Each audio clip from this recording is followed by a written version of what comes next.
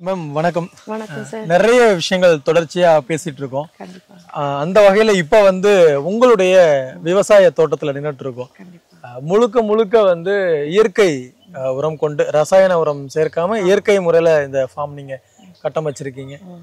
எப்படி மேம் இது ஆரம்பிக்கப்பட்டதை பத்தி சொல்லுங்க. எப்போ இந்த நிலம் வாங்குனீங்க? இந்த நிலம் சாரோட வீட்டுல பூர்வீகமா அவங்க அப்பா அம்மா கொடுத்த நிலம். அப்புறம் நான் இதுல ஏதாவது நம்ம பண்ணணும்ன்றனால இந்த விஷயத்துக்குள்ள இறங்கி போவேன். முதல் முறையா விவசாய நிலத்துக்குள்ள வரீங்க. எப்படி அந்த ஃபீல் எப்படி இருந்தது? ஒரு டிவைனா இருந்துச்சு. நேச்சரும் காடும் ஒண்ணுன்றது ஃபீல் பண்ண முடிஞ்சுச்சு. இங்க கிராமத்துல எல்லாருமே ஃபுல்லா ஃபர்டிலைசர்ஸ் போட்டு, ஏன்னா இது அவங்க பண்றது தப்பு இல்லை. பிகாஸ் அவங்க அந்த மணியை போட்டு கரெக்டா எடுக்கணும், இல்லைன்னா அவங்களுக்கு சிவியர் லாஸ் இருக்கும். அதனால அவங்க அந்த மாதிரி பண்ணும்போது நான் இந்த மாதிரி இயற்கையா செய்யணும்னு அவங்க எல்லாரும் கொஞ்சம் அப்போஸ் பண்ணாங்க. விவசாயம் அப்புறம் விவசாயம் பண்றது இந்த நடவு முறைகள்லாம் இருக்கு இல்லையா, இதை பத்தின பெரிய நாலேஜ் நமக்கு இருந்திருக்காது. நம்மளுடைய ப்ரொஃபஷனல் வேற அப்படி. ஆனா நம்ம விவசாயத்துக்குள்ள இறங்குறோம் அப்படிங்கும்போது எடுத்த உடனே நீங்க இயற்கை விவசாயம் பண்ணணும்னு சொல்லி உள்ள வந்தீங்க இல்லையா? ஏன் நம்ம இயற்கை விவசாயத்தை தேர்வு செய்யறோம்? ஏன்னா நாலேஜ் இல்லாம உள்ள வரும்போது மத்தவங்க சொல்றதுதான் நம்ம கேட்போம். ஆனா நீங்க மத்தவங்க சொல் பேச்சை தவிர்த்துட்டு நீங்களா சுயமா ஒரு முடிவு எடுக்கிறீங்க. ஆமா, அது எனக்குள்ள அந்த ஒரு டிரைவ் இருந்துச்சு. நம்ம அந்த லாஸ் அஃபோர்ட் பண்ண கொஞ்சம் முடியும், கடவுள் அதை கொடுத்துருக்காரு. அவங்க எல்லாம் அதை அஃபோர்ட் பண்ண பயப்படுவாங்க, நம்ம பண்ணலாம், லாஸ் ஆனாலும் பரவாயில்லன்னு நினைச்சுதான் உள்ள அது வரும்போது. ஆனா அதுக்குள்ள அட்வென்ச்சரஸா இருந்துச்சுன்னு தான் சொல்லணும். எப்ப பார்த்தாலும் ஹாஸ்பிட்டல் போகும்போதோ இல்ல வரும்போதோ இங்க வந்துட்டு இதோட விஷயங்களை இது பண்ணிட்டே இருப்பேன். ஒரு மருத்துவரா நீங்க நிறைய விஷயத்துல கான்சியஸா இருப்பீங்க. அதுல ரொம்ப முக்கியமானது உணவு பழக்க வழக்கங்கள். ஏன்னா நம்ம என்ன எடுத்துக்கிறோம் அப்படிங்கறத பொறுத்துதான் நம்மளுடைய அடுத்தடுத்த விஷயங்கள் இருக்கு. ஹெல்த் வைஸ் இருக்கட்டும் எல்லாமே. நீங்க எந்த அளவுக்கு கான்சியஸா இருந்தீங்க உணவு விஷயத்துல?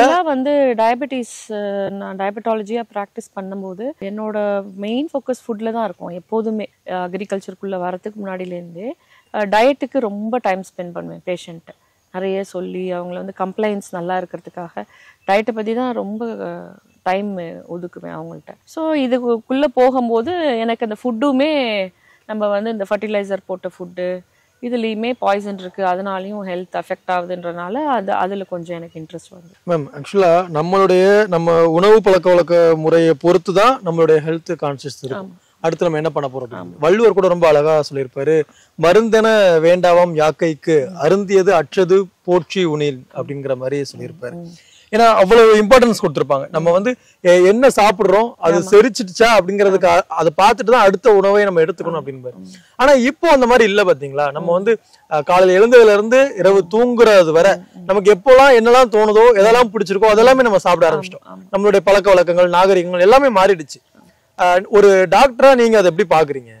ஆனா இன்னொரு சைடு நான் பாக்குறேன், கான்சியஸாவும் ரொம்ப இருக்காங்க. இப்ப இருக்காங்க. அந்த முன்னாடி காலத்துலலாம் நமக்கு டயட்ன்ற வார்த்தை கேட்க மாட்டோம், அப்புறம் கேலரின்ற வார்த்தை கேட்டிருக்க மாட்டோம், புரோட்டீன்ற வார்த்தை ஒரு 20 இயர்ஸ்க்கு முன்னாடிலாம் காமன் பீப்புள் ரொம்ப பேச மாட்டாங்க. அந்த பாடி பில்டிங் பீப்புளோ இல்லை ரொம்ப கான்ஷியஸாக இருக்கவங்க தான் அதெல்லாம் இது பண்ணுவாங்க. இப்போ ரொம்ப சாதாரணமாக இருக்கவங்க கூட இது என்ன கேலரி, இது என்ன நியூட்ரிஷனு, இது எல்லாமும் பேசுகிறாங்க. அப்படின்னா இது கொஞ்சம் இந்த மீடியாவாலையா இல்லை விழிப்புணர்ச்சினாலேயே நிறைய காமனா தெரிய ஆரம்பிச்சிருச்சு. ஆனா மேம் டயட் பத்தி தெரியாத, கலரிஸ் பத்தி தெரியாத, புரோட்டீன்ஸ்னா என்னன்னு தெரியாத நம்மளுடைய முந்தைய தலைமுறை மக்கள் இருக்காங்க, அவங்க ரொம்ப ஆரோக்கியமா ரொம்ப நீண்ட ஆயுளுக்கு வாழ்ந்தாங்க. அவங்க செஞ்சதுல ஒரு நல்ல விஷயம் என்னன்னா, தெரியாதுன்றதோட அவங்க ரொம்ப பிலீவ் பண்ணாங்க, முன்னோர்கள் கரெக்டா தான் செஞ்சிருக்காங்க அப்படின்றத. ஸோ அந்த ஃபுட் ஆகட்டும், அந்த பேட்டர்ன்ல எல்லாம் டயட் நல்லா பிளான்டா தான் இருந்திருக்கு நம்மளோட பாரம்பரிய ஃபுட்டில். அதை இவங்க ரெஸ்பெக்ட் பண்ணி பிலீவ் பண்ணி சாப்பிட்டாங்க. இப்போதான் ரிசர்ச் பண்ணி அது என்ன இதெல்லாம் கேட்குறாங்க. ரெண்டாவது நடுவில் இந்த வெளிநாட்டு மோகம், ஃபாரினர்ஸ் ஃபுட்டெல்லாம், நம்ம ஜங்க் ஃபுட்டெல்லாம் கொஞ்சம் ரொம்ப ஃபேசினேட் ஆகி அதுக்குள்ளே போக ஆரம்பிச்சோன்னு தான் இந்த இஷ்யூஸ்லாம் வருது நமக்கு. இப்போ இந்த ஹெல்த் இஷ்யூஸ்லாம் இப்போ நீங்கள் சொன்ன மாதிரி வெளிநாட்டு கலாச்சாரம் நிறைய உள்ள வர ஆரம்பிச்சிருக்கு. ஜங்க் ஃபுட்ஸ் நம்ம அதிகமாக எடுத்துக்க ஆரம்பிச்சிருக்கோம். இப்போ ஃபாஸ்ட் ஃபுட் ரொம்ப அதிகமாக பரவிக்கிட்டு இருக்கு. இப்போ இதெல்லாம் பார்க்கும்போது உங்களுக்கு ஒரு ஆதங்கம் இருக்குமா? ஏன் நம்மளுடைய கலாச்சாரத்தில் இருக்கக்கூடிய உணவுகளை வெறுத்துட்டு நம்ம ஏன் வேற ஒரு இதுக்கு அடிமையாகிறோம், ஓடுறோம்? ஆமா, ஆக்சுவலா அது ஆதங்கன்றதோட என்னோட பேஷண்ட்டை ரொம்ப கான்சியஸா இதை பத்தி சொல்லிட்டே தான் இருப்பேன். நீங்க என்ன சாப்பிட்டாலும் பரவாயில்ல, வீட்டுல ப்ரிப்பேர் பண்ணி சாப்பிடுங்க, நம்ம ரூட்ஸ்ல இருக்க ஃபுட் எல்லாம் மறக்காம பாட்டி தாத்தா என்ன சாப்பிட்டாங்க அதெல்லாம் ஃபாலோ பண்ணுங்க. ஸோ அதுவே சிம்பிளா நல்லா இருக்கும்னு நிறைய எம்பசைஸ் பண்ணுங்க. இப்போ இந்த ஃபார்ம்ல வந்து எதெல்லாம் மேம் நீங்க பயிர் பண்ணிருக்கீங்க? ஆக்சுவலா இப்போ இது ஃபுல்லாவே வந்து தென்னை வச்சிருக்காங்க. தென்னை இருக்கும். ஆனா தென்னைக்கு நடுவுலயே ஊடு பயிரா வந்து வாழை போட்டிருக்காங்க. ஆமா, ஆக்சுவலா என்னன்னா வெறும் தென்னை மரம் மட்டும் நல்லா ஈல்டு பண்ணணும், வேற எதுவுமே போடக்கூடாது, மோனோகிராப்பிங் பண்ணுவாங்க. பட் நான் வந்து அதிக மகசூல் பத்தி நினைக்காம மல்டிபிள் கிராப்ஸ் எனக்கு வேணும், வேரியஸ் வெரைட்டி வேணும்ன்றனால அந்த 3 லேயர் 5 லேயர்லாம் சொல்லுவாங்க.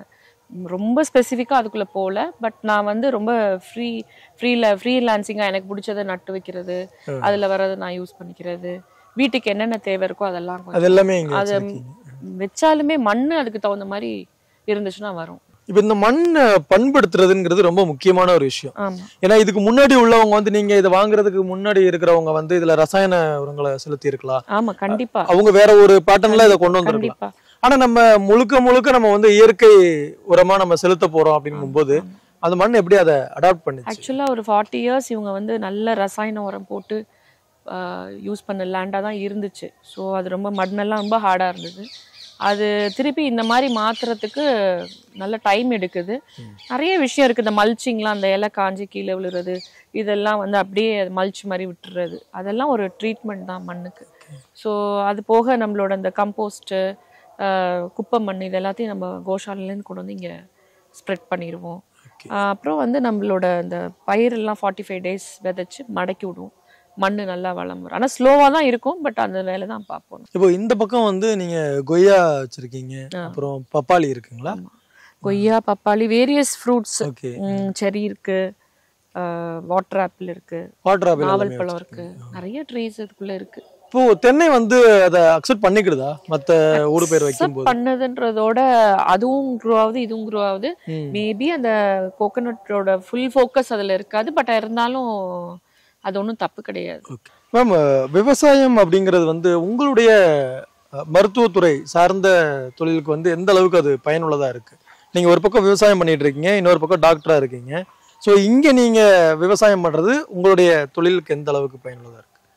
தொழிலுக்குன்னா என்ன, டயட் நான் ரொம்ப ஃபோக்கஸ் பண்ணி பேசுறதுனால இந்த மாதிரி சொல்லுவேன். இப்போ நம்ம வந்து ஃப்ரூட்ஸ் எல்லாம் சாப்பிட சொல்லும் போது சீசனல் ஃப்ரூட்ஸ் சாப்பிட சொல்லுவோம். ஃபார்ம் டு பிளேட் வர டைம் ஷார்ட்டாக இருந்துச்சுன்னா நியூட்ரிஷன் வேல்யூ 30% ஹையாக இருக்கும்னு சொல்லுவோம். அந்த விஷயங்கள்லாம் நம்ம ஒரு எக்ஸாம்பிளாக நம்மளே இருந்து இங்கேருந்து வீட்டுக்கு கொண்டு போய் ஃப்ரூட்ஸ்லாம் கொடுக்குறது, அதெல்லாம் கொஞ்சம் ஒரு இதுவாக இருக்கும். நம்ம வந்து இயற்கை விவசாயம் பண்ண போகிறோம் அப்படிங்கும்போது அதில் நிறைய வந்து சக்ஸஸும் இருக்கும், ஃபெயிலியரும் இருக்கும். நீங்க இந்த 2 விஷயத்தை எப்படி பார்த்துக்கிட்டீங்க? சக்ஸஸ் ரொம்ப கம்மியாக இருந்துச்சு, ஃபெயிலியர் நிறையா இருந்தது. பட் அந்த ஃபெயிலியர் எல்லாமே என்னை டிமாரலைஸ் பண்ணலை.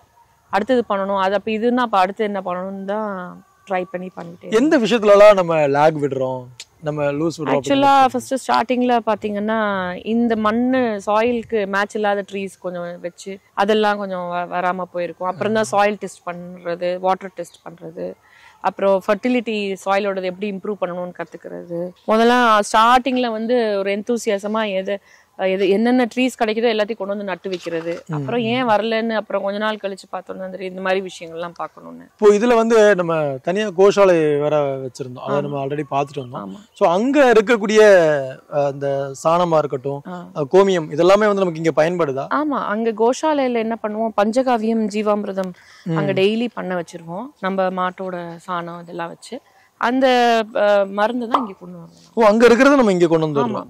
இங்க இருந்து வந்து சோளமும் மாட்டுக்கு போகுது. ஆமா, இங்க இருந்து சோளம் மாட்டுக்கு போவோம். அந்த கண்ணுக்குட்டி ரொம்ப சின்ன கண்ணுக்குட்டியா இருந்துச்சுன்னா இங்க பால் குடிக்கிறது மறந்துருச்சுன்னா இங்க கொண்டு வந்து விடுவோம். இந்த சர்க்கிள் ரொம்ப அழகான இதுவும் கூட.